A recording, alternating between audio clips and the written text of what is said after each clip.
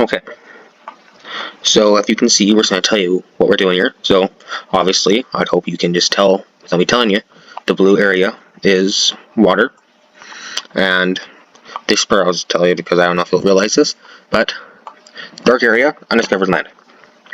You have the white area, which is discovered land, which I would hope you assume, and this is what we'll start off with in the Middle East. So I'm not gonna make names up because I don't feel like it's necessary, but we're just gonna go off with, I guess, the red civilization. What I'm gonna say right now is that I got my inspiration off Cope maps, but I'm sure this was done before you needed it, so I'm just gonna get that out there. I don't want to make it seem like I'm stealing content or stealing ideas. Okay, so by this time there's probably already been humans around here, but I'm gonna start with this. Most likely, in most situations, it'd probably already be humans around here because people discovered it, but I'm just gonna assume that everybody just spawned, or everybody just appeared in this area. It's at the entrance of, it is a rich area where Kuwait is, and a section of Iraq, the river that goes to around Baghdad, but those don't even exist in this situation. But now we're gonna assume that so 500 population in red civilization, and they decide to search out for and try to discover new territory which could be useful to their future civilization. Okay, so this is the area that they sent explorers to. So this is the river which I'm not even going to try to pronounce, but they also try just to look out on the sides of trying to figure out the sea here. Not really telling me. Okay, so on the side of this area of sea, and they do see some area they like, which will be right off the bat. Now this is the area that they take.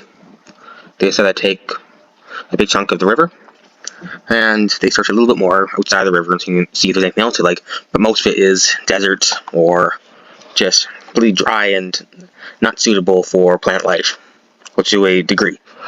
So they stick with the river for now. But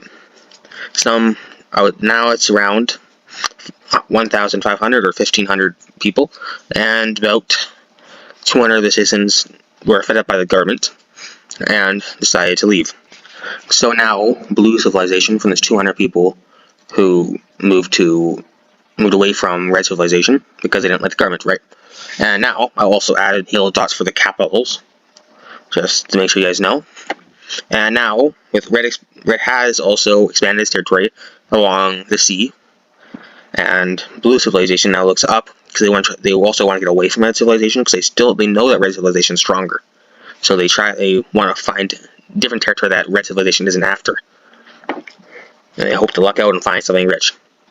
Okay, this update we'll see that blue civilization has moved up farther north and has reached more northern parts of the Caspian Sea. Red civilization has moved down south by the Qatar area and has now discovered parts of the northern EU. And still, blue civilization is trying to avoid them. Red civilization doesn't care about blue civilization, so they are just focused on south. And also, they discovered the really green part of Baghdad area, where Baghdad is located right now. They discovered that area, and it's green, lush, and they have a civilization that is booming there, and they are now thinking that maybe they should move their capital up north. Blue civilization goes farther north, and also red civilization actually wants to try to connect to blue and try to trade with them, but after they make more expansion north, their popular king dies, and the new king is way more suppressive, and the people actually start to suffer there. And the new capital, which is struggling to grow because of economic problems, people are now trying to move it to the new northern region of the lush green area, but the leader does not want to. But on the other side, Lots of the south has been discovered, with a lot of the Saudi Arabia desert, which nobody is really thinking about settling, and more of the Caspian Sea area has been discovered. With Blue sending expeditions to out, they discover the east side of the Black Sea, and now Red finally made contact with Blue after many years, and the Caspian Sea is about to be fully discovered. Red goes down more south and decides to set a little colony by northern EU, which is right, it would be right here.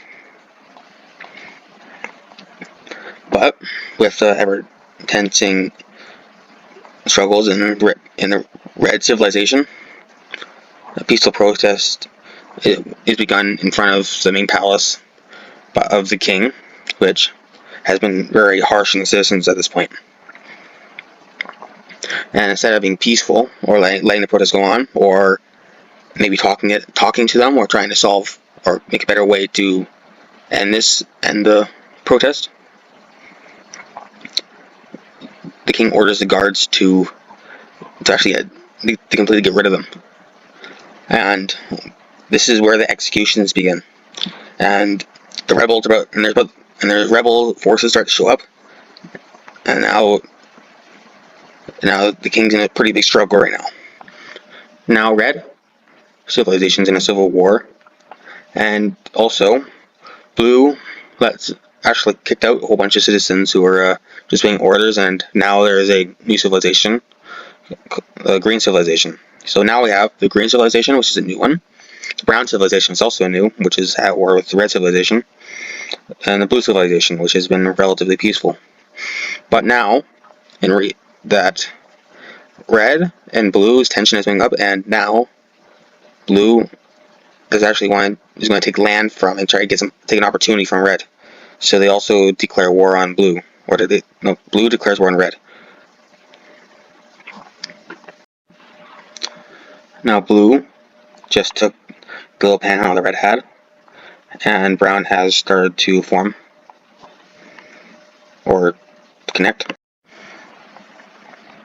And Blue pushes even lower, circling almost all of or half of the Red army, and Red is forced to negotiate with both Blue and Brown because of the threat that Brown has on the capital city. Now this is a peace treaty that was decided upon by Red and Blue, even though Red is pissed and not really that happy with them. They accept it because they don't want to fight any longer, and they didn't want the treaty to be harsher. And they had to settle with this.